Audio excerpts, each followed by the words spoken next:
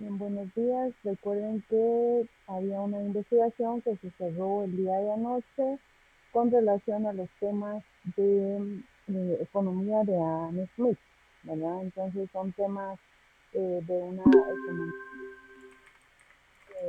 capitalista, temas que ustedes tienen que conocer, forman parte eh, de cultura económica a nivel nacional, ¿verdad? Entonces son temas que tienen relevancia y connotación hasta nuestros días. Acuérdense que las teorías de Adam Smith inician desde 1700, ¿verdad? Entonces son teorías que dan paso al movimiento del dinero en un sector más que todo empresarial. En aquel tiempo él tenía un movimiento económico que se fundamenta en movimientos de capital.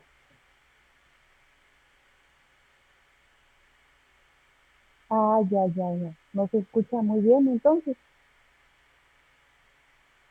Me, Luis Carlos, ¿usted cómo escucha? Sí, doctora, se escucha como que, cabal, como que estuviera bajo el agua. Sí Ah, se va. escucha un poco lejos. Ok.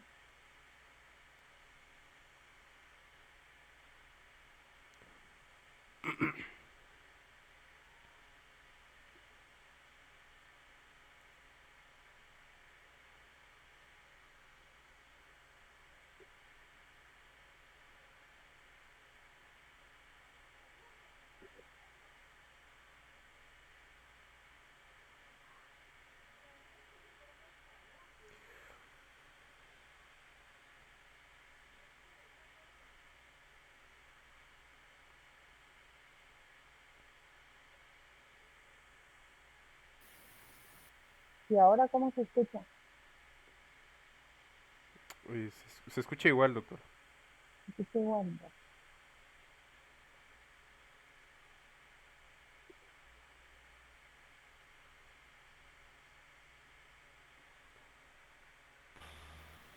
Es que Ahí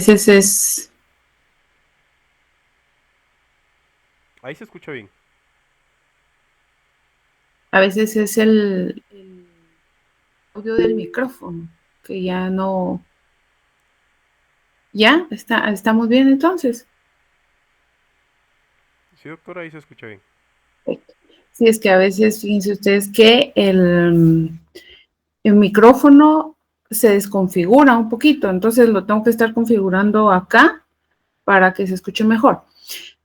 Entonces les decía que Adam Smith tenía una corriente económica que se utiliza hasta nuestros días. Hay muchos países a nivel mundial que siguen utilizando las teorías de Adam Smith. Por ejemplo, Alemania, Australia, son países económicamente prósperos, ¿verdad? Que determinaron un sistema real de economía y pues se ve la prosperidad en cada uno de estos países. Otro porcentaje grande de países toma la teoría de John Maynard Keynes, o Keynes, que trata de una economía centralmente planificada. Por ejemplo, nosotros, Guatemala llevamos las teorías económicas de Keynes, porque tenemos una economía centralmente planificada, manejada únicamente por el Estado. El Estado es el que tiene la potestad de manejar un presupuesto total y de generar un escenario adecuado para el comercio, para el empleo, y pues eso ha generado eh, un poquito de descontento económico a nivel latinoamericano en los últimos 5 años, ¿verdad? Porque genera un proceso inestable en el que el presupuesto es manejado por el Estado y se ven grandes actos de corrupción y opacidad en la ejecución del mismo, ¿verdad? A veces el mismo proceso de fiscalización no permite la ejecución y pues Hoy vemos en Latinoamérica países que eran muy prósperos económicamente como Chile. Chile tuvo una prosperidad increíble. Y vemos que hoy en día su tasa de crecimiento económico está siendo muy, muy reducida junto con México. México desde la entrada de Juan Manuel López Obrador, el presidente mexicano, y seguido por el partido Morena, el crecimiento económico que recibió López Obrador fue de 8%. Y ahorita Sheinbaum tiene crecimiento del 0.2%. Entonces vemos cómo las teorías de un presupuesto centralmente planificado no están funcionando, pero nos estamos dando cuenta de eso 40 años después, 50 años después de haber aplicado esas teorías, ¿verdad? Entonces, estas teorías de Adam Smith son fundamentales para entender muchos de los conceptos de economía y saber que corrientes económicas tenemos muchísimas. Tenemos la corriente económica socialista, comunista, mercantilista, capitalista, liberalista, neoliberalista, que es la que se está utilizando en la actualidad, una economía neoliberalista, es decir, una nueva economía, ya no es tanto una teoría clásica, porque Adam Smith es de la teoría clásica de la economía. Es decir, tiene muchas obras que tomaron en consideración los conceptos básicos de una economía y su movimiento de capitales. Marx se considera un economista socialista que fundamenta su teoría en el proceso de mano de obra. Pero que esa es la tarea de esta semana, ¿verdad? Que lean El Capital de Marx, que es una corriente completa, una corriente económica completamente diferente a la de Adam Smith, porque Marx ya habla de un sistema de proletariado. Vemos cómo en los diferentes estadios de la economía vamos fundamentando ese proceso, ¿verdad? Entonces, realmente lo que yo quiero con ese trabajo que ustedes hicieron esta semana es que entiendan el proceso económico dentro de una economía capitalista, eminentemente capitalista, es decir, fundamenta sus teorías en un proceso económico. Y ese proceso económico incluye una selva capitalista. Es decir, el capitalismo es salvaje, sí, pero ayuda en el proceso de superación permanente, ¿verdad? Pero el proceso que realiza es fuerte, es duro, es o ganamos. Ese es el proceso capitalista. Determinar un proceso de ganancia independientemente de lo que pase en el entorno. Es decir, yo voy a tener un proceso de ganancia y voy a tener un movimiento de capitales y no importa quién o quiénes dentro del sector económico van a salir afectados. Ese es el proceso capitalista. Muy bueno y una teoría económica que ha resultado buena a nivel mundial. Pero luego viene 100 años después Karl Marx y dice, momento, la teoría capitalista anula por completo al sector laboral, disminuye sus derechos y determina un sistema económico injusto. Entonces esa es la teoría capitalista y como ustedes ya hicieron el trabajo, pues no me voy a extender más en ese tema porque ya tendrían que pues, comprender el tema como tal, pero ¿alguien tiene alguna duda en relación al tema? ¿Alguien que le haya quedado duda de cómo es el tema y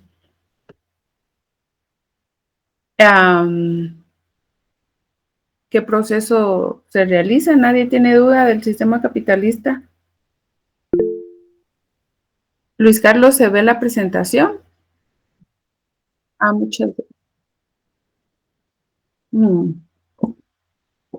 Entonces, ya vemos que en la línea del tiempo, pues, tenemos en principio a los escolásticos, a los fisiócratas,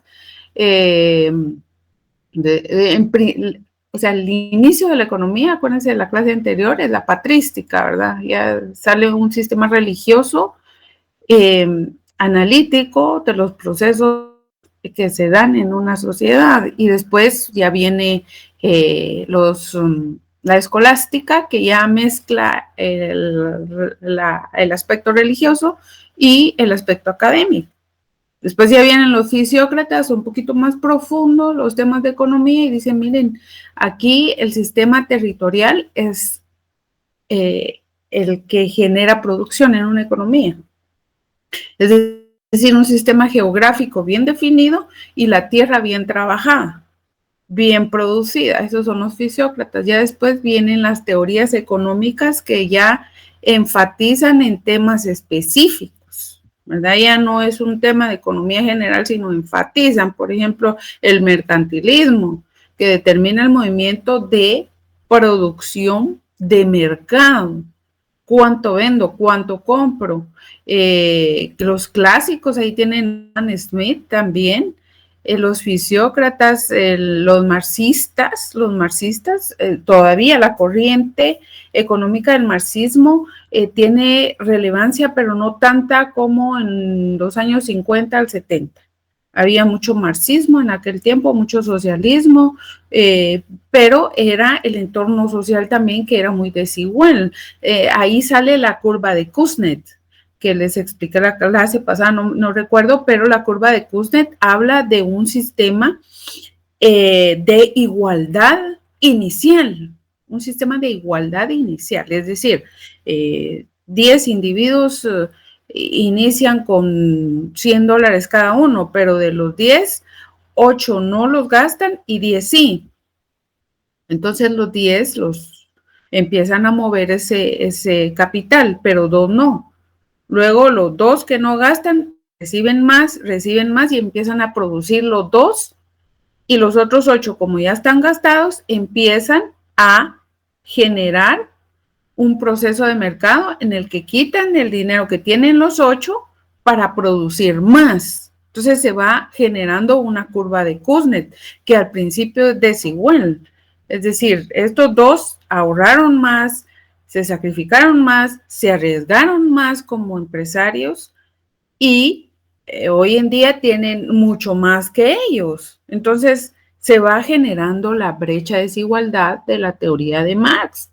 Entonces dice, ellos tienen poco, son el proletariado, ellos tienen mucho, claro, pero hubo un punto en la historia de la economía que empezaron juntos, pero por circunstancias, por decisiones del individuo, en la curva de Kuznets aumentan los ingresos un cierto porcentaje de la población.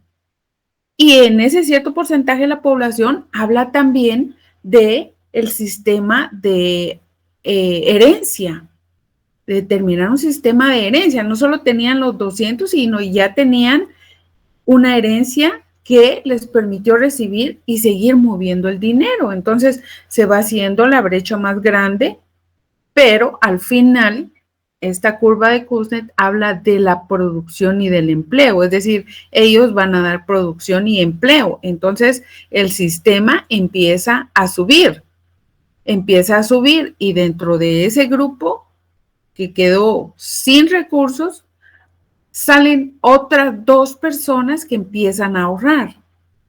Y empieza a suceder lo mismo que las 2 personas primeras. Esa es la curva de Kuznets, que habla de una desigualdad, pero que la desigualdad va desapareciendo a medida de que hay más producción y empleo. Luego ya vienen los marginalistas, que ya es un poquito más enfocado a un sistema económico en donde hay oferta y demanda y un sistema marginal de producción. Es decir, cuánto hay de producción en un sistema económico. Imaginen entonces ustedes una curva en donde hay un sistema económico de ganancia, pero cuánta de esa ganancia en esa curva es real. Y pues la mayoría de países, un buen porcentaje de países se queda con las teorías de Maynard Keynes, que es el último que está de izquierda a derecha, perdón. Que es John Maynard Keynes, siglo XX, surge con la escuela austriaca, con Friedrich von Hayek. Surgen las teorías, pero en esa coyuntura económica toma más relevancia John Maynard Keynes en Estados Unidos, en 1930, cuando fue la recesión de Estados Unidos. O sí, digamos que recesión, porque Estados Unidos nunca ha aceptado que tiene recesiones económicas. Entonces, vemos un sistema que le da todo el poder al Estado desde 1930 y es un sistema que funciona porque hay intervención del mismo. Es decir, bueno, Estado, usted va a manejar el dinero y usted va a verificar los impuestos. Usted, Estado, también va a verificar el sistema de empresarios. Usted tiene que determinar que paguen el sueldo justo, el salario mínimo. Usted también, Estado, va a determinar el proceso de las finanzas públicas. Y va a decirle al empresario, le va a dar al empresario la normativa para que el capital privado sea de conformidad con el proceso de avance económico de un país. Y le da el poder al Estado.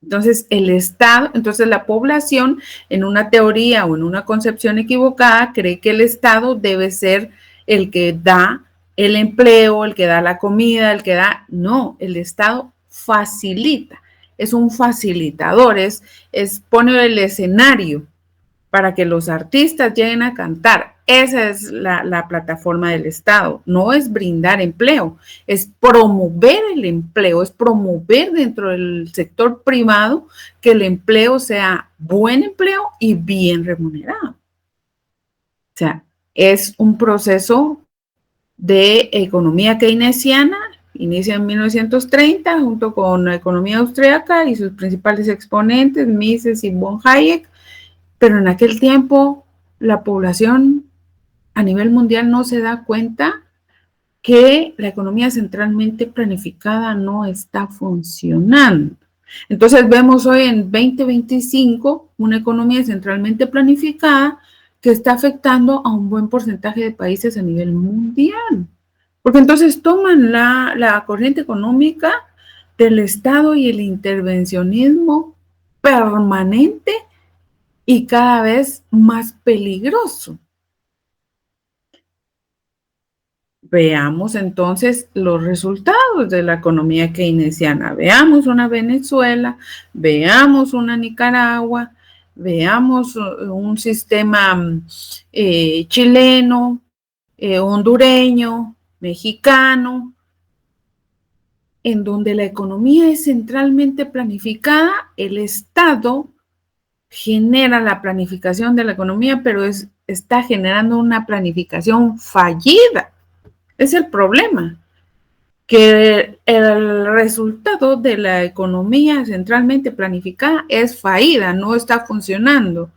Hay pobreza extrema en la mayoría de países y más a nivel latinoamericano. Vemos el índice de la CEPAL, el índice o la estadística de pobreza y pobreza extrema de Latinoamérica, de la Comisión Económica para América Latina, y vemos cifras alarmantes de Latinoamérica. Alarmantes, es decir, aumentó en un sistema económico la pobreza y la pobreza extrema, que son dos índices que se miden, debería de ir en decremento, no en aumento. ¿Por qué en decremento? Porque el presupuesto anual de un Estado va en aumento. Quiere decir, hay más dinero para combatir esos índices de desarrollo económico como país. No puede ir en aumento la desnutrición y la desnutrición crónica. Entonces vemos que hoy en día no hay respuesta de las teorías keynesianas. Entonces, el mundo entero se está tornando a un sistema austríaco, que ya determina un proceso individual del crecimiento económico. Es decir, miren, no voy a tomar en cuenta las teorías de Adam Smith porque son capitalistas y van a ayudar al movimiento del dinero. Pero voy a tomar también las teorías de Karl Marx porque piensan en el entorno total y toman en consideración al sector social y a la población en general. Pero ninguna de las dos teorías las voy a tomar de manera directa, porque hay una teoría que genera Edler von Mises, Karl Menger y Friedrich Hayek o von Hayek. Entonces, los tres determinan un sistema de crecimiento económico individual que va a ser fundamental en el proceso de superación económica. Es decir, el individuo debe progresar en un entorno social y el Estado debe reducirse a su máxima expresión. Vean lo que está pasando en Argentina. Milei determina un proceso, deja la economía socialista, capitalista, y se enfoca en la economía austríaca. Y hoy por hoy redujo el gobierno argentino por el 35%. El 35%. Esa es la reducción del Estado a la que apostó también Bukele de El Salvador. ¿Por qué? Porque el 3 de marzo de 2024, de ser 262 municipios, pasaron a ser 44 distritos. Imagínense. O sea, redujo el Estado. Apuestan a la reducción del Estado, porque el Estado sí debe existir, porque sí hay acciones de Keynes en un sistema económico, pero no debe existir un Estado enorme. Debe existir un Estado justo y reducido en procesos más que todo económicos. Debe ser un presupuesto real con políticas económicas determinadas al sector más vulnerable del país. No tienen que ser políticas económicas para el sector empresarial, porque el sector empresarial con una economía austríaca es más que suficiente. ¿Por qué? Porque le va a facilitar absolutamente todo al proceso económico. No tiene que generarle políticas de ayuda porque son los principales contribuyentes en el fisco. Y eso es lo que pasa en Centroamérica, por ejemplo. Ustedes ven que los gobiernos centroamericanos le dan mucha prioridad al empresario porque generan grandes cantidades en el fisco, pero sí es obligación generar esas grandes cantidades en el fisco, porque así es el nivel de producción. Entonces, no hay en una economía austríaca se determinan las políticas reales y les brindan un escenario para el movimiento capital privado, es decir, que los empresarios hagan su mejor esfuerzo para que la producción sea tanta que el ingreso al fisco, el ingreso tributario sea tan bueno y que yo pueda generar políticas económicas para los sectores sociales. Esa es una economía austríaca, o sea, darle incentivo al sector privado para que genere producción y empleo y a su vez el Estado trasladar todo ese dinero a los sectores sociales del país. Decir, bueno, allá en el Triángulo Ixil, con todo lo que generaron los ingenios, voy a establecer una red de agua potable perfecta. Voy a generar mucho más centros de salud y bien abastecidos de medicina. Voy a tener bastantes escuelas y construcción de bastantes escuelas. Hoy en día en el Triángulo Ishili, y se los pongo así porque es una realidad, sigue caminando la gente 3 kilómetros para una tinaja de agua. Entonces vemos el proceso de Keynes no funcional, el proceso de Marx no funcional, el proceso no funcional dentro de políticas económicas latinoamericanas. Porque hoy en día siguen caminando 5 kilómetros para ir a la escuela. No solo caminan 5 kilómetros para ir a la escuela, sino la refacción escolar no está llegando.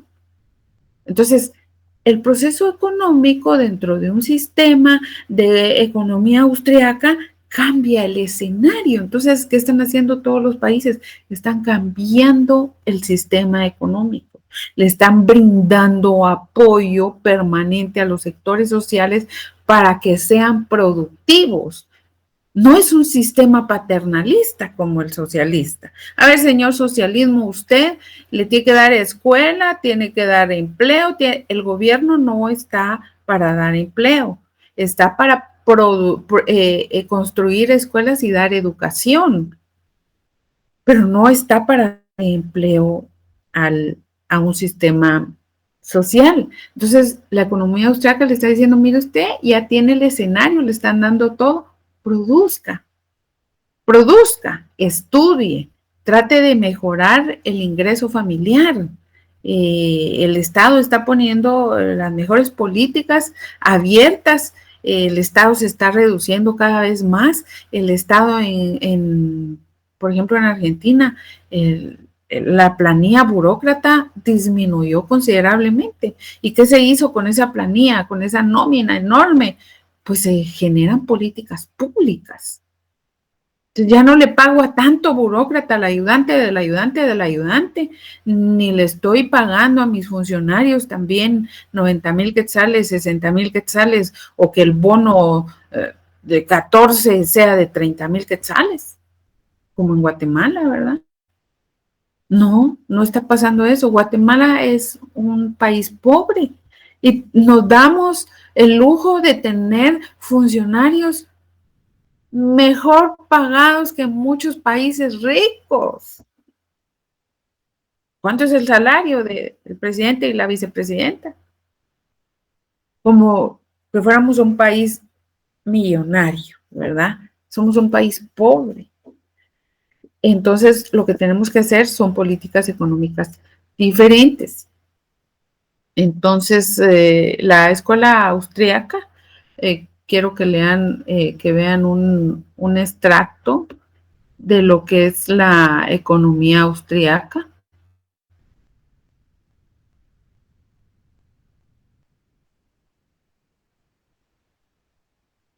Solo para que comprendan, no vamos a dejar todo el video. Y para que vean que la economía austríaca hoy por hoy está funcionando.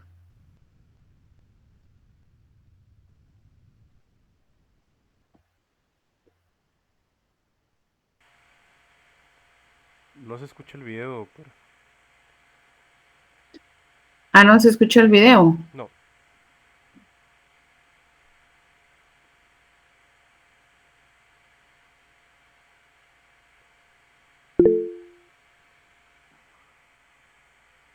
Creo que debe de presentar solo esa pestaña de YouTube.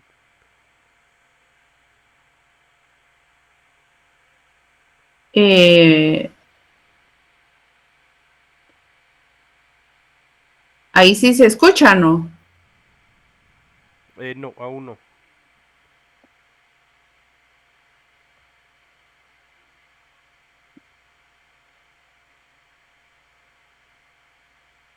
Bueno, de todas maneras está en la presentación. Yo voy a colocar el video en la web.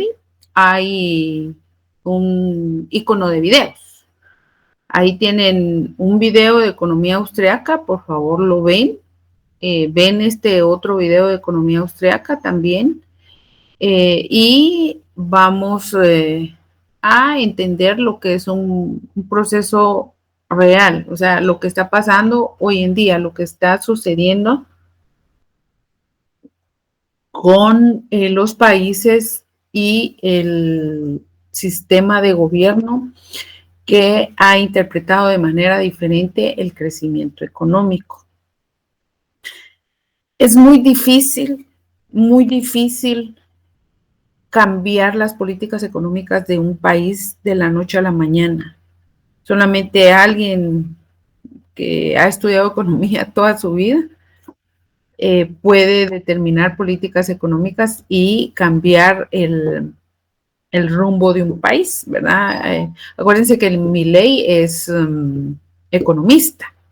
Entonces, claro, siempre hay políticas económicas que no van a beneficiar a toda la población. Las políticas económicas buscan beneficiar a la mayoría de la población.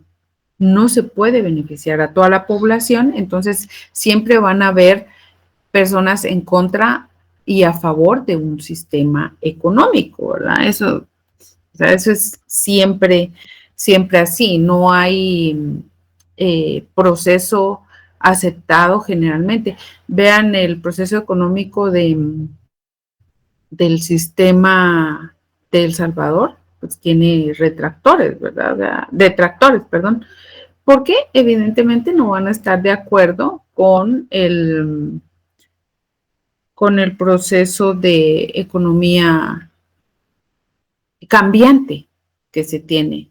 La mayoría de la población se ve enfocada en un sistema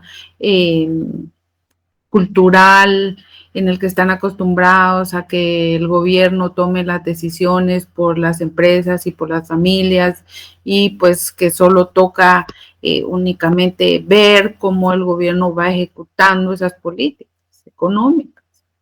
Y pues el resto de la población únicamente está como espectador de lo que pasa en un sistema económico. Acción que no es así. En la mayoría de países se están adoptando las políticas económicas de Austria y es un modelo que permite identificar a la persona dentro de un flujo circular de la economía y analizar ese proceso de motivación. Es decir, yo trabajo y me esfuerzo porque sé que voy a tener resultados positivos de manera permanente. Y yo sé que si trabajo más voy a recibir más. Eso no pasa en Cuba. Usted puede trabajar mucho en Cuba, pero va a ganar igual que los demás en un sistema comunista. Ese no es un sistema socialista. El sistema socialista no ha existido, no existe ni existirá jamás. No hay ningún país que lleve un sistema socialista. Decir que Cuba y Venezuela tienen un sistema socialista es utópico. No es así, es un sistema comunista en donde hay un poder coercitivo por parte del Estado. Es decir, el Estado obliga a generar políticas públicas de igualdad para todos. No toma en consideración la visión personal de un sistema económico. Entonces, si no hay visión, no hay motivación de un individuo en un flujo circular de la economía, no hay crecimiento económico nacional. Es decir, si un individuo no dice, miren, yo voy a invertir, voy a arriesgar mi capital y voy a poner una venta de fresas, que por cierto yo conozco a esta niña que empezó con el sistema son unas fresas cubiertas de chocolate. Una emprendedora que dijo, miren, yo tengo cierto dinero ahorrado y no es del movimiento de capitales. Es una niña que tenía cierto dinero ahorrado y empezó a vender sus fresas en un mercado normal. Y hoy por hoy tiene, me parece, 3 cafeterías en la ciudad capital y vende sus fresas en un kiosco de Oakland Mall también. Entonces, vemos que ese proceso está abierto. Y dice, bueno, con ese proceso ella va a producir más y entonces va a mejorar los índices y al producir más, pues tiene que pagar al fisco sus impuestos. Entonces va a haber más producción. Pero ¿qué pasa si el Estado no le permite absolutamente nada al productor? No va a haber crecimiento. Entonces, vean Alemania. Alemania tiene una economía con diferentes teorías en el mercado. Usted tiene capitalista, mercantilista, tiene economía austríaca, pero marxista no. O sea, una teoría socialista no la tiene, porque son sistemas diferentes. Es muy complejo temporalizar economías tan grandes como la de Alemania, incluso más grande que la Unión Europea. Alemania tiene una de las mejores economías a nivel mundial y por supuesto está en el G7, en uno de los países más poderosos del mundo. Entonces, Guatemala no puede temporalizar sus políticas económicas y decir, bueno, miren, si Alemania tiene el 32% por el IVA, aquí también. A duras penas estamos pagando el 12%, porque temporalizar significaría modificar el sistema de ingreso, modificar el salario mínimo, modificar el sistema de producción, disminuir el Estado. O sea, no es aumentar el sistema burocrático. En los últimos 15 años el Estado ha aumentado un 60% en la planilla a nivel centroamericano. Es decir, cada vez el Estado es más grande.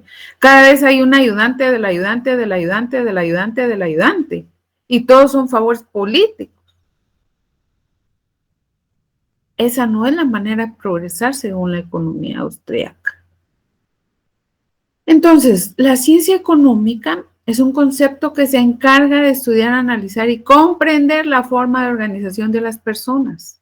Es decir, el análisis que acabo de hacer es un análisis macroeconómico porque los objetos de estudio de mi análisis fueron Argentina, México, países de Latinoamérica, Venezuela, Cuba, que tomaron en consideración un proceso no socialista, porque confunden el proceso socialista con el comunista.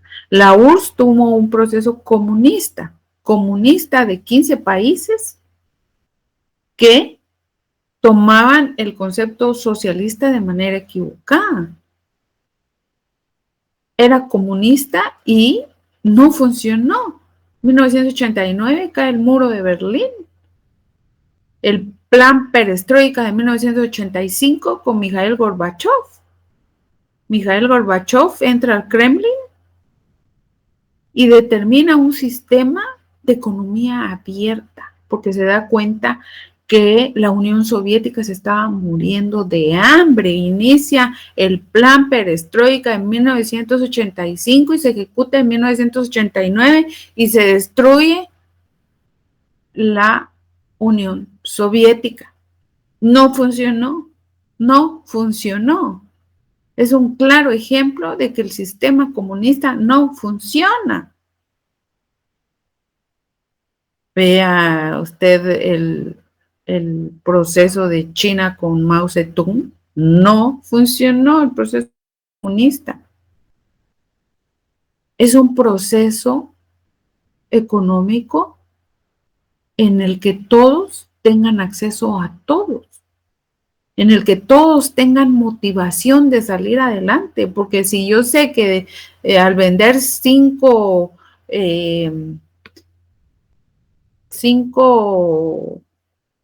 computadoras en 5,000 quetzales, yo voy a ganar 1,000 quetzales por computadora. O sea, sé muy bien que mi ganancia al final van a ser 5,000. Y eso me motiva mucho.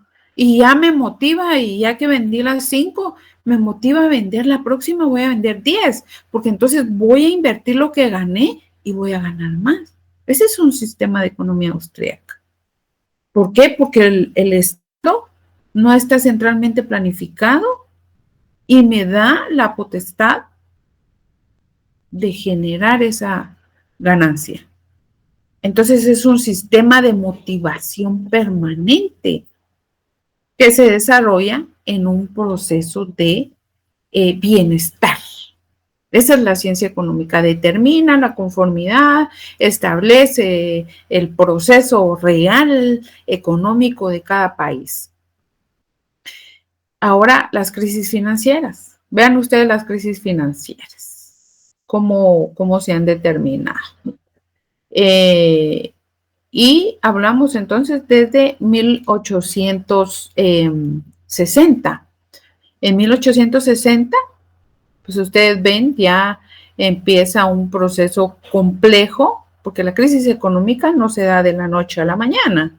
Las crisis económicas tienen un proceso histórico de malas decisiones gubernamentales y dentro de un mercado económico que llevan a un triste final. Por ejemplo, la crisis de 1873, crisis financiera que comenzó con la bolsa en Nueva York y provocó una profunda recesión internacional. ¿Por qué? Porque la gran mayoría tiene inversión en Estados Unidos, la gran mayoría de países tiene inversión, vende su producción a Estados Unidos o recibe la producción de Estados Unidos. Luego, ya en 1890, la crisis financiera de Argentina y Uruguay, que produjo el pánico Browning en Londres, considerada la primera crisis que empieza en los mercados periféricos y se transmite al centro. También fue una crisis de malas inversiones que detonó en un sistema económico en Estados Unidos, porque en ese entonces Argentina estaba en un auge financiero que lo llevó a invertir en bancos europeos y en bancos de Estados Unidos. Luego, en 1910, la crisis financiera en Estados Unidos que afecta a los mercados de Canadá y México, ¿verdad? Crisis de importación y exportación. La Gran Depresión de 1930 inicia en 1929, colapsa el mercado bursátil en Nueva York en octubre y destacó un periodo de desequilibrio financiero internacional, ¿verdad? Que no afectó en gran medida a Guatemala porque Guatemala no tenía mucha inversión en los bancos de Estados Unidos. Pero fue una de las crisis económicas más grandes a nivel mundial. Luego, en 1945, al término de la Segunda Guerra Mundial, hubo fuertes recesiones en varios países a nivel mundial, obviamente derivado de los estragos que deja la Segunda Guerra Mundial. Luego, en 1982, la crisis de la deuda externa de los países, que por cierto es una bomba de tiempo hoy por hoy, la deuda externa de países latinoamericanos, ¿verdad? Entonces, muchos países, por la crisis económica, solicitaron la exoneración de la deuda. Claro, tuvieron que pasar una serie de requisitos rigurosos para que le exoneraran la deuda externa. Por cierto, Guatemala no quiso que se le exonerara la deuda externa. Luego, la crisis financiera de Japón en 1990, que acaparó todo el sector y que, por cierto, siguió la crisis, porque la crisis generó un proceso de pánico en el sector construcción porque se acabaron el hierro a nivel mundial desde la construcción de la represa Garganta Profunda, creo que es. Luego, en el 2001, pues ya empieza la crisis bursátil. En el 2008, pues colapsa otra vez el mercado financiero. Acuérdense que las acciones de las empresas a nivel mundial están en Nueva York. Y aquí también falta la crisis inmobiliaria del 2008 de Estados Unidos, que afectó grandemente un proceso financiero, es decir, los llamados créditos basura que establecieron en Estados Unidos, que consistían en terminar un proceso económico en donde daban créditos sin analizar si había posibilidad de pago. Es decir, en Estados Unidos venía una persona normal y solicitaba un crédito de 6 millones de dólares para su casa. Entonces, los créditos basura determinan un proceso nulo de análisis crediticio. Dice, bueno, señor, usted quiere un préstamo de 6 millones de dólares, sí, porque es un hipotecario. Ah, bueno, entonces se lo vamos a dar. Le vamos a dar el préstamo de 6 millones de dólares. Perfecto. Y entonces venía esta persona con un ingreso de 6,000 dólares al año, al mes, posiblemente. Y compraba una gran mansión de 6 millones de dólares. Resulta que al mes tenía que pagar 5,000 dólares. Esa era su primera letra dentro de un sistema de crédito hipotecario. Con mucho esfuerzo paga los 5,000 dólares, pero le quedan únicamente 1,000 dólares para todo lo demás que requiere un sistema económico familiar. Al siguiente mes le tocan 5,000 dólares y resulta que no los paga porque le es imposible, económicamente, estadísticamente es imposible pagarlo y no los paga. Al siguiente mes le toca pagar 5,000 dólares, más 5,000 dólares que debe, más 2,000 dólares de intereses. Es decir, el siguiente mes tiene que pagar 12,000 dólares. No había posibilidad de pago. Entonces, en esa bomba inmobiliaria, que por cierto ya se veía venir, hay una película muy buena que se la voy a recomendar, en donde se ve todo ese proceso económico. Entonces no paga los 12,000, le quitan la casa, le quitan el dinero que había dado para la casa y lo dejan sin nada. Del 2008 al 2010, de Los Ángeles para Las Vegas estaba lleno de casas construidas con cartón y lámina. Porque toda la población le quitaron las casas, alguien más abandonó, o un buen porcentaje abandonaron las casas, sacaron todas sus cosas y ya no pagaron absolutamente nada al banco y se desaparecieron. Entonces esa fue una crisis inmobiliaria que creció como una burbuja.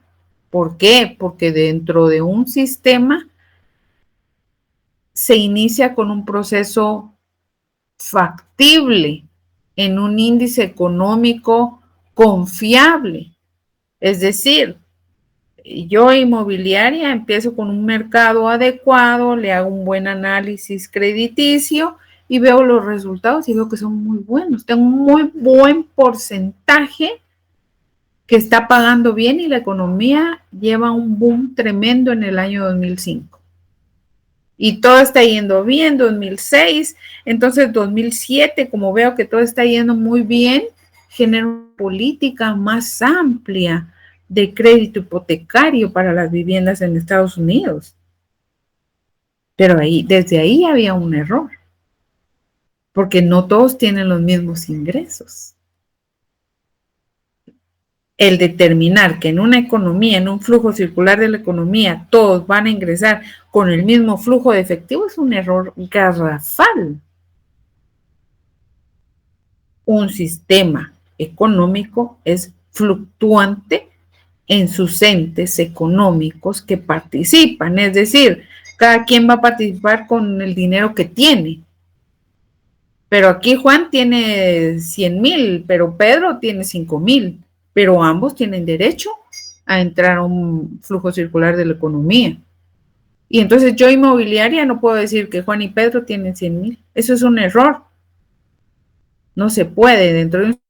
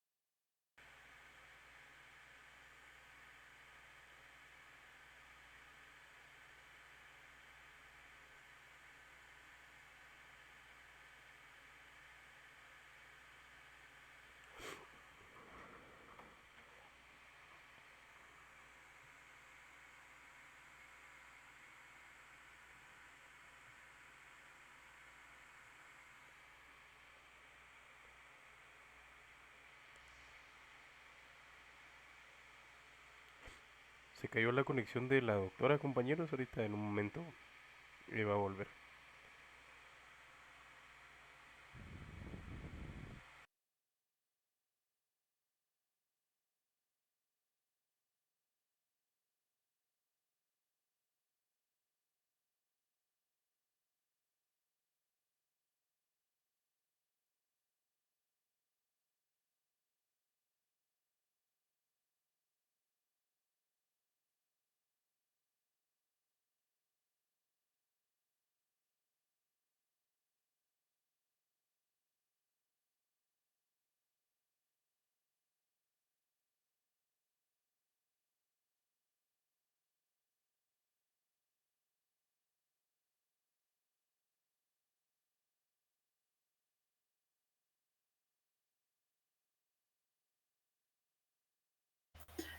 Se me fue la señal. ¿Se escucha bien?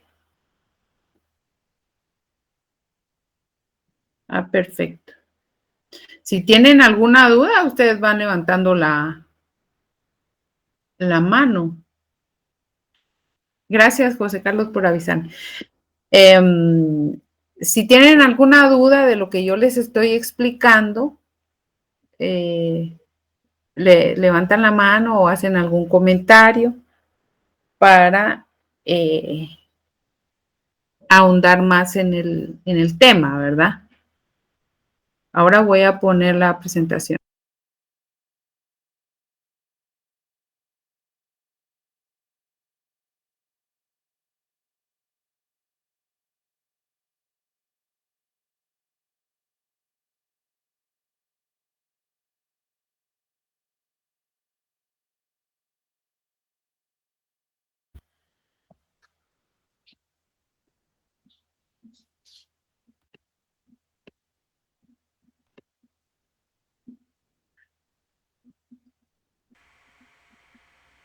Disculpe, doctora. Uh-huh. Hace unos minutos tuvo una duda por parte de un estudiante. No sé si gusta que se la lea. ¿En el chat fue o dónde fue? Exactamente, en el chat. Así, léamela, por favor. Dice, doctora, buen día. En el sistema político actual de Guatemala, ¿qué personas tienen la facultad para hacer cambios, así como las reducciones, el presidente, el Congreso, etcétera, o si todos tienen la facultad para hacer estos cambios? Miren ustedes cómo me gustaría que levanten la mano y así sin pena y todo, porque miren, esa pregunta es excelente. Es muy, muy buena, pues. Porque en un sistema político hay un proceso legal antes. Es decir, la potestad de hacer cambios estructurales dentro de un país, así como lo están haciendo en El Salvador, de modificar el proceso municipalista de 262 municipios y convertirlos a 44 distritos, pues esa potestad es del gobierno y principalmente del presidente de la República. Pero ojo con eso. Antes que ejecutar cualquier política económica y de estructura gubernamental, es importante verificar la Constitución Política de la República de Guatemala y el marco jurídico. Porque aquí tenemos 340 municipios, por ejemplo. ¿Qué sería lo ideal? Pues sectorizar sur, norte, oeste y oeste, como lo hizo El Salvador. Sectorizó sur, norte, sur, este y oeste. Y en las elecciones ya no llegaron a elegir 262 alcaldes. Llegaron a elegir 44 alcaldes.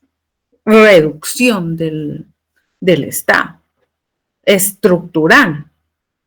Entonces ya la población tiene más ingresos para políticas públicas que para pago de nómina. ¿Pero por qué?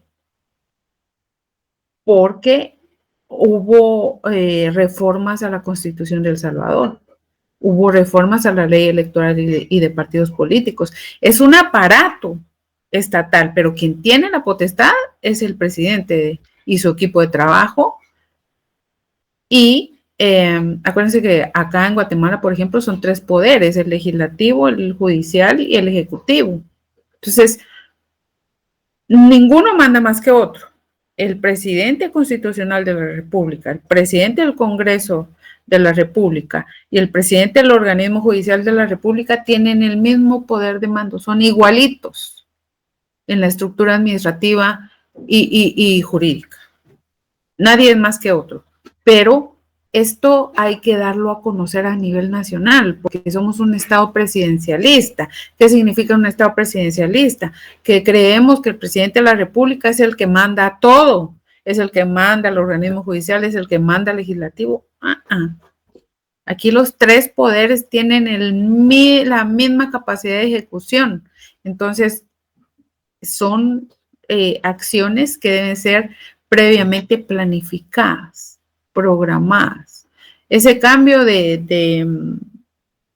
El Salvador a 44 distritos es una planificación de 6 o 7 años. No es que al presidente se le haya ocurrido, miren, mañana voy a quitar 262 municipios y voy a poner 44 distritos porque es mejor. No, es un proceso primero de análisis y de acción económica geográfica. Segundo, es un proceso de análisis del marco jurídico. Tercero, es un proceso de voluntad política, voluntad económica, voluntad administrativa. Es decir, miren, sí, vamos a colaborar con el presidente, vamos a cambiar la ley electoral, vamos a quitar los artículos de 262 municipios y vamos a poner 44 distritos. Es decir, el proceso legal le permite a la Constitución disminuir el Estado y no aumentarlo. Pero aquí en Guatemala vemos que va en aumento el Estado. Cada vez hay más oficinas del Estado en todos lados, cada vez hay más SAT, hay más Ministerio de Finanzas, hay más sistemas administrativos del gobierno que finalmente no ayudan a la descentralización. Ojo con eso, porque es muy diferente el aumento del gobierno, y eso lo dice la economía austríaca, es muy diferente el aumento del gobierno a la descentralización. Hoy en día vemos que la centralización no funciona. ¿Por qué? Porque usted va a finanzas y encuentra gente de Petén. Y dice, mire usted, pero ¿y qué pasa con finanzas de allá o con el RENAP de allá? Para eso está la descentralización. Es que fíjese que no me resuelve. Eso no es descentralización. Eso es aumento del Estado en una planilla ineficiente. Es un Estado inoperante. Eso es un sistema Y por eso la economía austríaca apuesta a un gobierno mínimo, un presupuesto fortalecido, con un gobierno mínimo, con una planilla mínima, una nómina mínima, funcional, operante, y no un sistema fallido, en donde la población sigue viajando a la ciudad capital porque no hay un sistema de descentralización, no existe, no funciona. Entonces sigue el proceso igual, pero el gobierno es más extendido a medida que pasan los años. Pero entonces el proceso económico empieza a tener errores, porque si la persona viajó del Petén para venir a RENAP porque allá no le funciona, ya le está vedando el derecho de utilizar esos ingresos para otra acción en el proceso de motivación económica. ¿Cuánto gasta del Petén para acá? Estamos hablando de 400 quetzales en bus, no de avión, porque un avión cuesta 1,800 el boleto redondo, en bus, y aparte su comida. Y entonces ese dinero que debería de ser para el desarrollo económico del individuo pasa a ser para sus obligaciones, obligaciones que tendría que cumplir el Estado. Esa es la descentralización. Entonces, para responder la pregunta, es el presidente quien tiene la potestad, en este caso acá en Guatemala, el del Ejecutivo, quien tiene la potestad de hacer esa transformación en el gobierno. Reducción del gobierno. La economía austríaca apuesta a una reducción del gobierno. Quita, por ejemplo, también los modelos econométricos y matemáticos, los utiliza de referencia, pero se enfoca a un sistema subjetivo de mercado, es decir, cómo reacciona el mercado, qué hace el mercado, cómo reacciona la población en general, no solo el movimiento de capitales, porque acuérdense que la teoría de Adam Smith se enfoca a la reacción del movimiento de capitales, los empresarios, qué hacen, hay monopolio, no hay monopolio, cómo determinar ese monopolio, qué acciones genera el dinero en todos los países del mundo.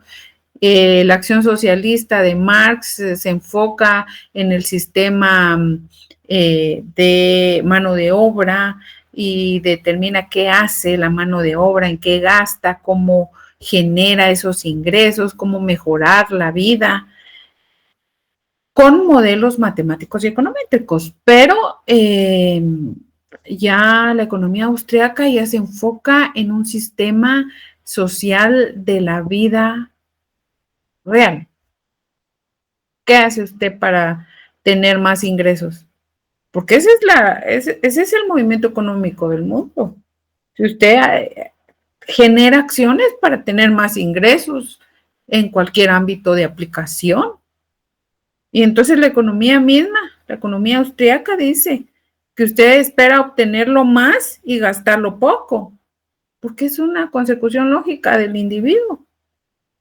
Entonces analiza ese proceso y propone mejoras para que ese proceso se lleve a cabo realmente. Ese es el determinante. Espero que le haya quedado muy, muy clara la respuesta a la compañera. Entonces, vemos que el método de estudio de la economía se basa en la observación, en el conocimiento del tema, en el análisis del tema, el campo. Vean el campo de la economía. Fíjense que este campo de la economía en un sistema o análisis microeconómico, vemos que la micro y la macroeconomía son teorías que se generan de John Maynard Keynes. Cómo la macro y la micro se dividen, o sea, la economía se divide en macro y micro. Desde 1920 inician estas teorías y ya para el 2020 más o menos se genera la duda si la economía debería de dividirse en macro y micro. Claro, seguimos con ese sistema a nivel mundial, pero la economía austriaca dice que la microeconomía se debería de encargar de absolutamente todo, que todos los procesos económicos marcan el análisis de los fenómenos económicos. No hay micro ni macro porque todo tiene un orden lógico. Entonces, la economía como tal, ya la teoría austriaca habla de la economía y no hace divisiones en la misma, ¿verdad? Y pues históricamente la economía viene de la ley de la casa por el griego oiko y nomos, ¿verdad? Y nos guía en pensar en términos de alternativas. Fíjense, buscar siempre las mejores oportunidades a nivel personal, evaluar el costo de las decisiones, analizar y comprender cómo se relacionan ciertos eventos y temas. ¿Por qué? En un sistema social, económico, real, el individuo va a pensar siempre en su beneficio propio, todo el tiempo. En un sistema económico, en un flujo circular de la economía, piensa en el beneficio propio. Y se han dado crisis económica. A ver, en el 2022-23 se dio la crisis de Silicon Valley, que era un banco, es un banco de Estados Unidos que tenía en su proceso de cuentas bancarias a, por ejemplo, Starbucks. Y tenía otras grandes marcas internacionales, pero en este proceso de pensar en términos de alternativa, se dio la especulación dentro del proceso económico y la bolsa en Estados Unidos, que Silicon Valley estaba a punto de quebrar. Entonces, esto desencadenó que todos los cuentavientes fueran al banco a sacar sus ingresos, es decir, su ahorro, mejor dicho, porque yo tenía ingreso y lo ahorraba, ingreso, ahorro, ingreso, invertía, ingreso en un proceso económico fluctuante. Y entonces todos llegaron a sacar el dinero y las grandes firmas pura especulación, porque ni siquiera habían documentos que respaldaran esta especulación de que este banco iba a quebrar. Sacan el dinero, salen las noticias, las grandes colas sacando el dinero, todas las personas, las grandes firmas se alteran, cambian de cuentas, empiezan a invertir en otros bancos y el banco estuvo a punto de quebrar por pura especulación. Algunos movimientos financieros que tuvieron malos dentro de la institución bancaria dieron origen a comentarios externos que bajaron su visión ante todo su mercado, ¿verdad? Entonces, este tipo de acciones que no tienen fundamento, por ejemplo, en Guatemala es prohibido y es un delito penal la especulación. Por ejemplo, decir X o Y banco está quebrado, y ¿qué ha pasado muchas veces? X banco va a la quiebra y vayan a sacar todo su dinero porque va a quebrar. Ah, pero ojo con eso. Por eso dice, pensar en términos de alternativa y buscar siempre las mejores oportunidades. Por eso nos guía la economía. ¿Por qué ha pasado esa especulación? Miren, el banco va a quebrar. ¿Por qué ha pasado otras veces? Quiebra un banco, ahorita hoy por hoy 3 instituciones han quebrado y han dejado sin nada sus cuentavientes en Guatemala. Históricamente tenemos varias financieras que han defraudado el sistema bancario y que han dejado a los cuentavientes sin ingresos. El último fue hace 10 años, 15 años. El cuentaviente tenía $5 millones en un banco X. No puedo decir aquí nombres. en un banco X de Guatemala. Y de la noche a la mañana el banco quebró.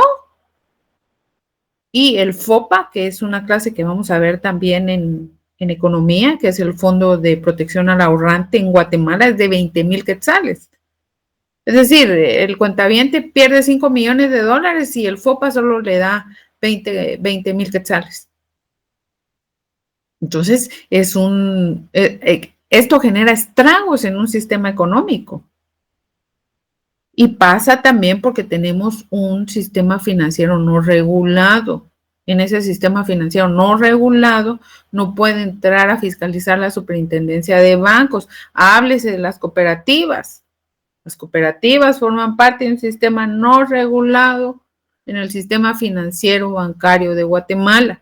Pero ahí está la gente metiendo dinero a las cooperativas, ahorrando con sus cuentas de ahorro en las cooperativas porque pagan buenos intereses. Vean ustedes en el occidente. En el occidente del país, de la noche a la mañana la cooperativa quiebra y se desaparece.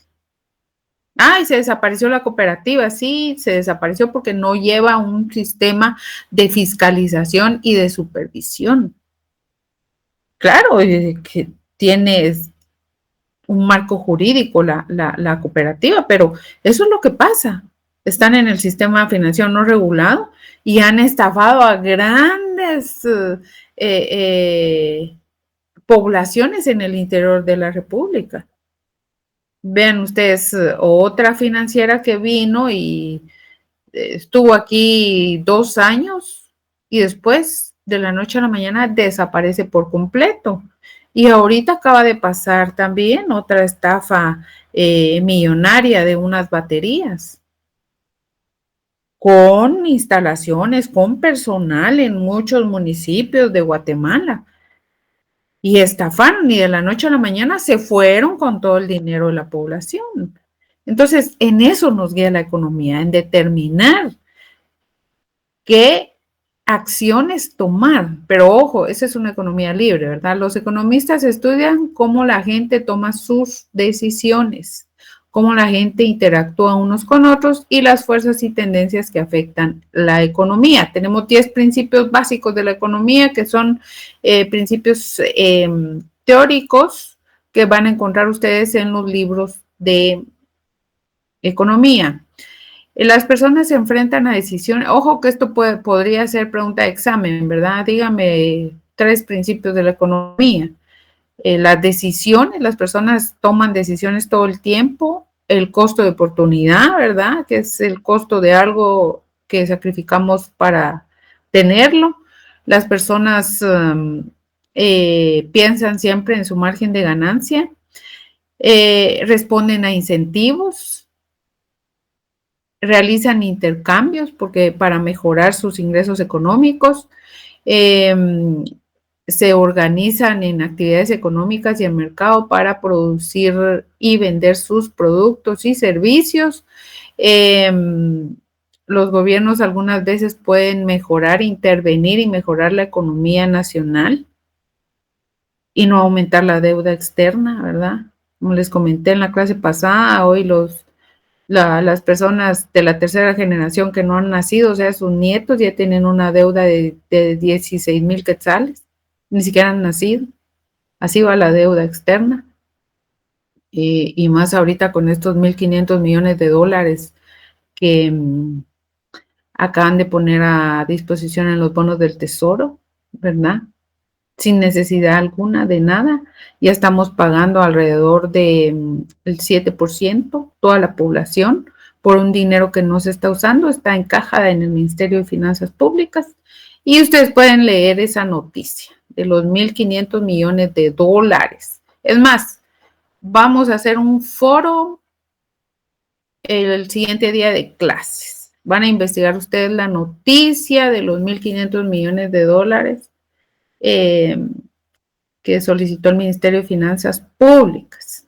Y aquí vamos a hacer un foro porque yo quiero que ustedes me digan, mire, eso es bueno, eso es malo, se usó este parámetro, o por eso tienen que investigar la noticia. Y como somos muchos, yo voy a tomar el listado y voy a decirle, a ver, Juan Pérez, ¿usted qué piensa de los 1.500 millones de dólares?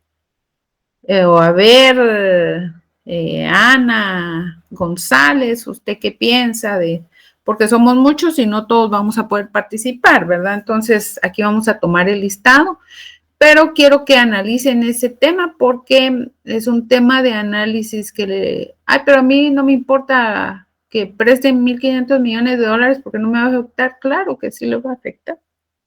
Claro que sí, porque van a subir todos los precios de la canasta básica, los servicios, probablemente suba el bus, probablemente, ¿por qué? Porque hay que tener para pagar ese dinero que está guardado en caja, ¿verdad?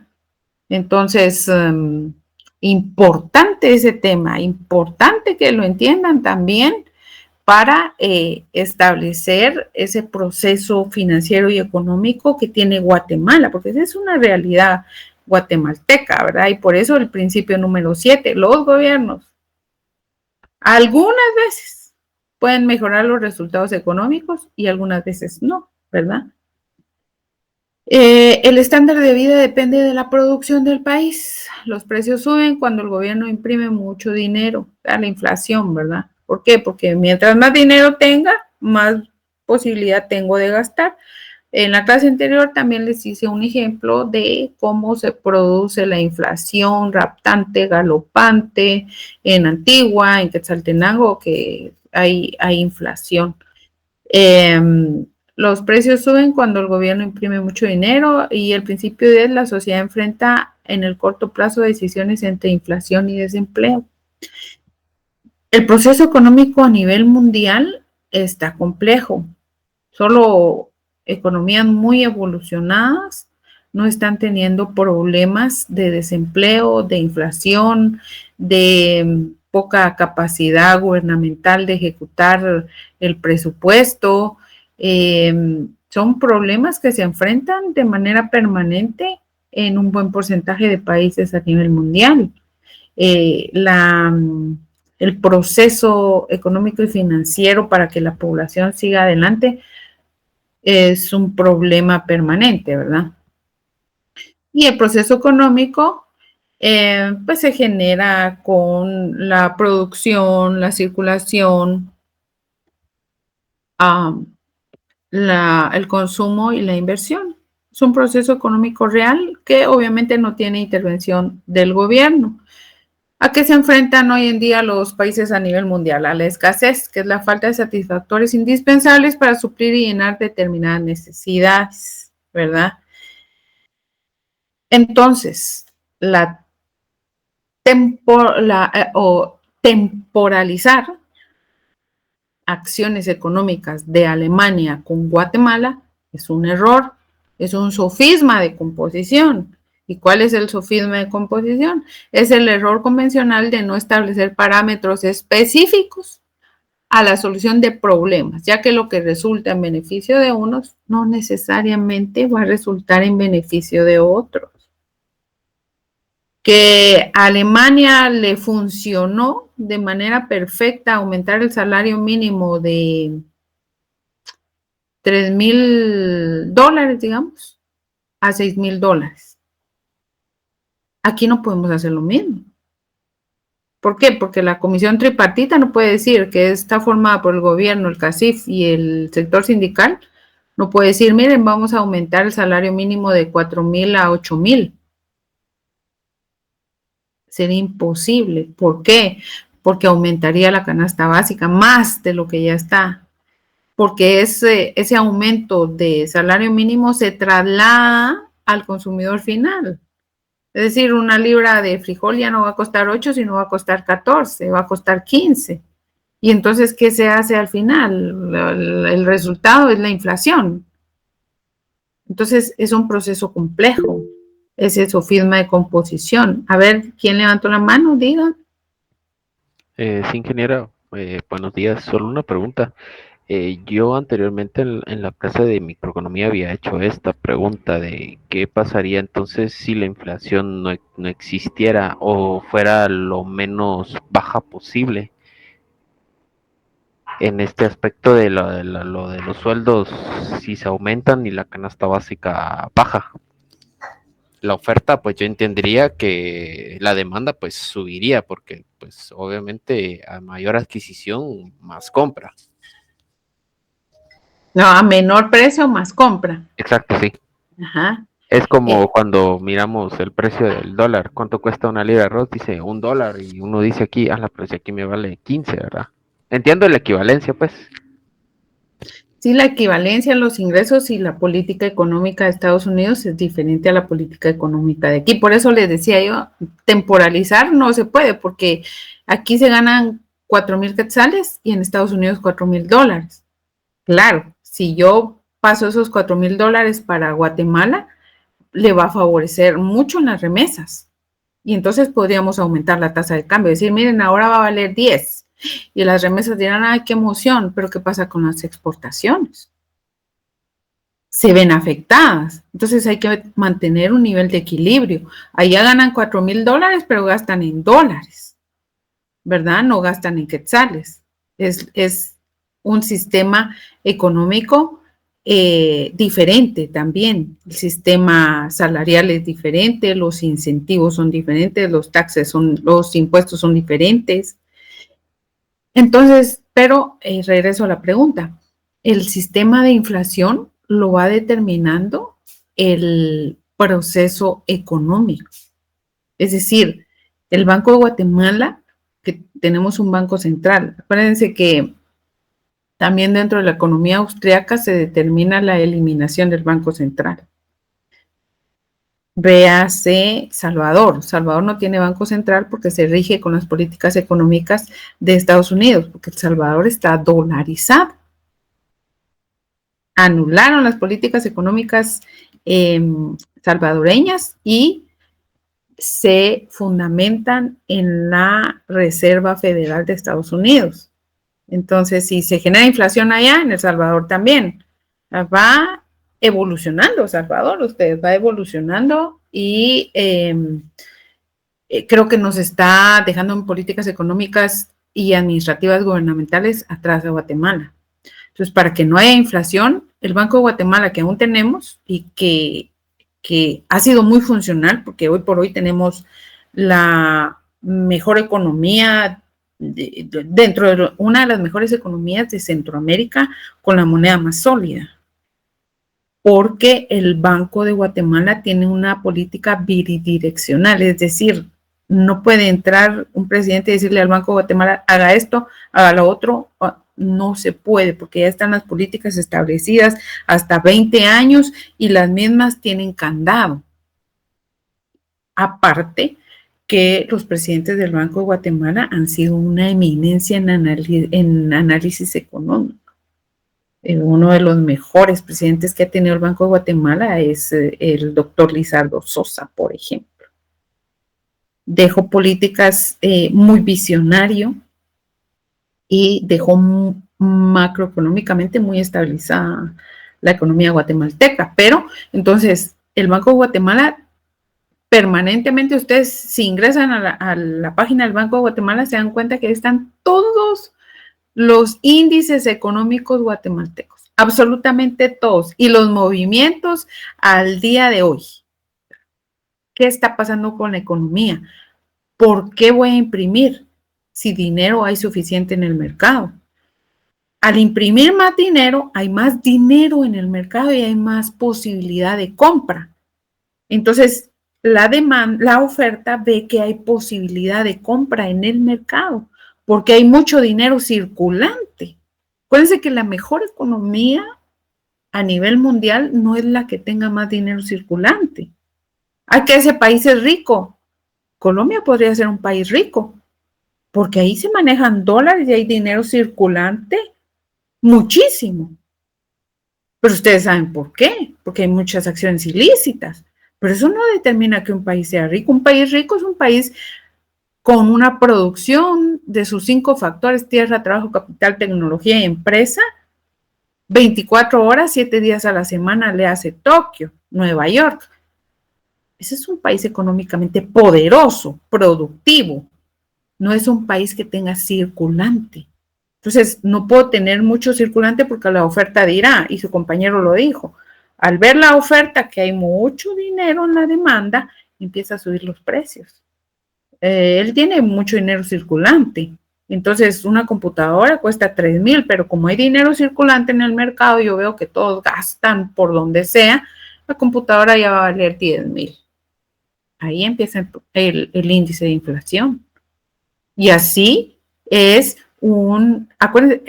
acuérdense, no, pero hay una espiral en la economía a la inversa, en donde en donde hay una contracción en el sistema.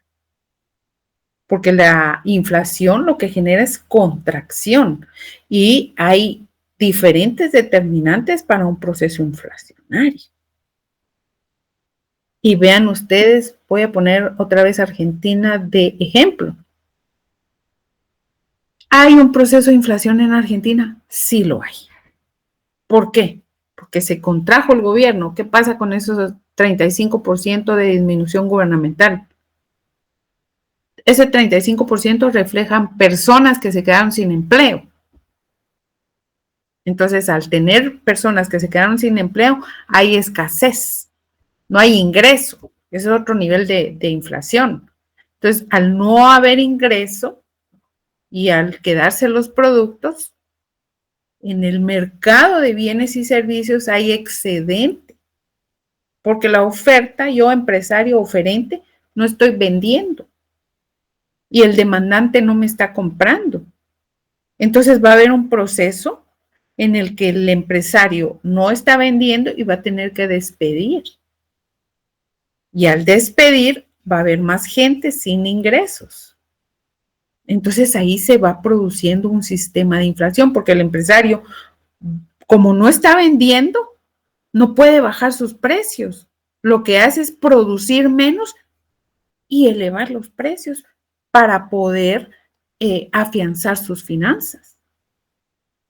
Despide gente, deja de producir, pero como siempre el consumidor final es el que recibe los despidos, es el que recibe el costo si se aumenta el salario mínimo y es el que recibe la inflación.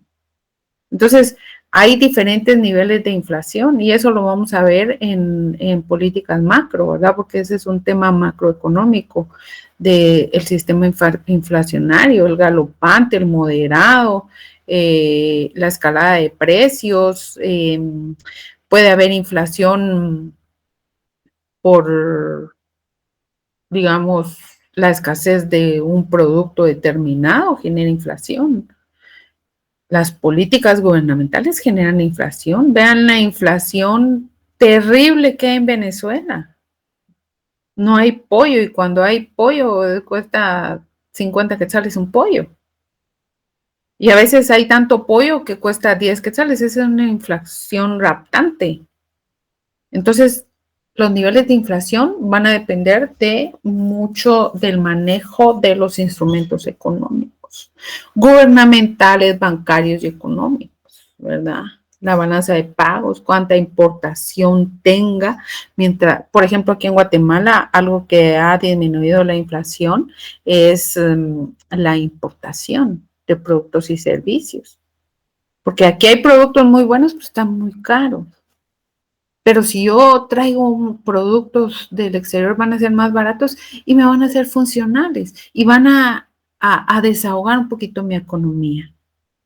Espero que le haya quedado clara la pregunta para seguir con la clase, que ya nos queda poquito tiempo. Entonces, el sofisma de composición es, no todo lo que es beneficio mío, yo tengo lentes y yo me beneficio con mis lentes y estoy feliz, pero entonces como ya a mí me benefician y estoy feliz, voy a hacer un sofisma de composición. Todos los alumnos de economía tienen que usar lentes. Pero mire, yo no necesito, no, es un sofisma de composición. Si a mí me funcionan, a ustedes también, y si no tienen puntos menos. Ese es un sofisma de composición que se aplica a un sistema económico, ¿verdad? Entonces, ¿qué es necesidad? Es una afección desagradable cuya desaparición requiere de intervención de un objeto, ¿verdad? Las características son ilimitadas, se determinan de acuerdo al comportamiento social, se hacen continuas, son complementarias y el surgimiento de una genera otra. El valor en uso es una relación subjetiva que se establece entre el servicio que puede proporcionar un bien y la persona que hace uso de él. El valor, en cambio, es un bien, es en consecuencia del uso que se le pueda dar, ¿verdad? O sea, qué tiene valor para mí y qué no tiene valor. Y un bien económico es todo lo que ven en un mercado de bienes y servicios, ¿verdad? Un bien libre, pues, es un bien por el que no se paga absolutamente nada y está catalogado dentro de un proceso económico como el sol, el aire, como respiramos. Ese es un bien libre, ¿verdad? El costo de oportunidad es lo que dejamos de hacer para generar otra acción. Entonces, las decisiones dependen de lo que sacrificamos para tener. Por eso en economía las decisiones son importantísimas para el desarrollo presente y futuro de las acciones en general, ¿verdad? Entonces, nos quedamos hasta ahí, ¿verdad? Y si tienen alguna duda, me dicen para poder aclarar. Pero hoy en día lo que estamos viendo es el proceso de una economía austriaca que va a determinar el proceso económico real de un país. Vemos que un sistema socialista, a nivel mundial, vemos que un sistema comunista está siendo confundido con un sistema socialista para empezar. Luego vemos que la política keynesiana y darle todo el poder al gobierno para ejecutar políticas económicas nacionales con un presupuesto alto del cual puedan disponer plenamente, está fallando a nivel mundial. Vemos entonces que un buen porcentaje de países está utilizando teorías económicas austriacas que funcionan para beneficio de toda la población. Es decir, en una economía austriaca, yo voy al altiplano del país y voy a dar todo el proceso económico, les voy a poner buenas carreteras, buen transporte público y voy a darles incentivos para la agricultura, para que traigan toda su verdura y su fruta, y aquí en la terminal yo la voy a poner muy buena y ese es el papel del Estado. Entonces, el agricultor va a sentirse feliz porque tiene carreteras excelentes, un buen transporte público suficiente, un buen lugar donde vender sus frutas y verduras, y encima de todo ese entorno económico buenísimo, tiene excelentes ingresos. Esa es la producción que va subiendo a la población total, no solo sectorizada. No solo voy a preferir a ciertos sectores que son los actores de un flujo circular de la economía. En una economía austríaca, todos ganan, todos tienen posibilidad de compra, todos tienen posibilidad de venta y sobre todo la motivación que el individuo tenga dentro del flujo circular de la economía es la que fundamenta su desarrollo económico. Y dice la economía austríaca que cuando usted se desarrolla económicamente de manera individual, va a desarrollar al Estado en su totalidad. Porque si yo soy vendedor de verduras del altiplano del país y gano muy buen dinero, voy a darle muy buena comida a mis hijos. Y entonces el índice de desnutrición disminuye. Y van a ir a la escuela porque el gobierno está haciendo inversión en buenas escuelas y buenos maestros. Entonces disminuye el índice de analfabetismo. Esa es una economía austríaca y muchos países la están implementando y muchos gobiernos están teniendo éxito con la implementación de la economía austríaca. Una economía neoliberal como Estados Unidos, por ejemplo, en donde hay trabajo por donde sea que lo vean. con estas acciones ahorita que están tomando en Estados Unidos, pues ya son acciones que van enfocadas a una economía interna, ¿verdad? No es una economía neoliberal exógena la que está teniendo Estados Unidos. Es decir, solo estoy generando políticas económicas para el propio país o para los ciudadanos del propio país, no para ciudadanos de otros países. Ya no es una economía exógena, es una economía endógena que va a beneficiar solo al ciudadano estadounidense, ¿verdad? Pero son políticas gubernamentales que todos los gobiernos a nivel mundial tienen ustedes. No hay ningún gobierno que no tenga esa política gubernamental. Entonces, nos quedamos hasta ahí. En la otra clase vamos a tener nuestro examen corto. La investigación va a estar en la UEDI. Por favor, suban sus investigaciones a la UEDI. Miren que después andan ahí por 3 o 4 puntos aquellos alumnos que tienen 58. Porque los que tienen 59 todavía se salvan, pero los que de 58 para abajo ya no, ¿verdad? Entonces ustedes andan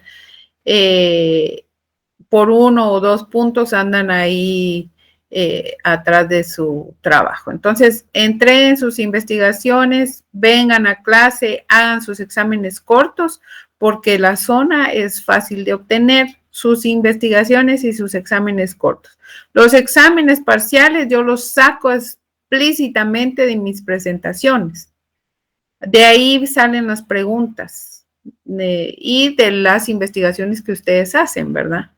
Pero por eso hago mis presentaciones algo saturaditas, para que ustedes agarren la presentación y lean. Hay una buena presentación, tendría que tener una diapositiva de 2 o 3 palabras, únicamente. Y lo demás es exposición. Pero entonces lean, yo subo a la UEDI también las presentaciones que yo hago, subo a la UEDI los videos de economía austríaca, por favor los leen. Su investigación de los 1.500 millones de dólares también la realizan, porque vamos a hacer un pequeño conversatorio aquí de esa clase. Así es que feliz fin de semana y que estén todos muy bien. Feliz tarde, doctora. Feliz tarde a todos. Feliz tarde. Feliz tarde. Feliz tarde a todos.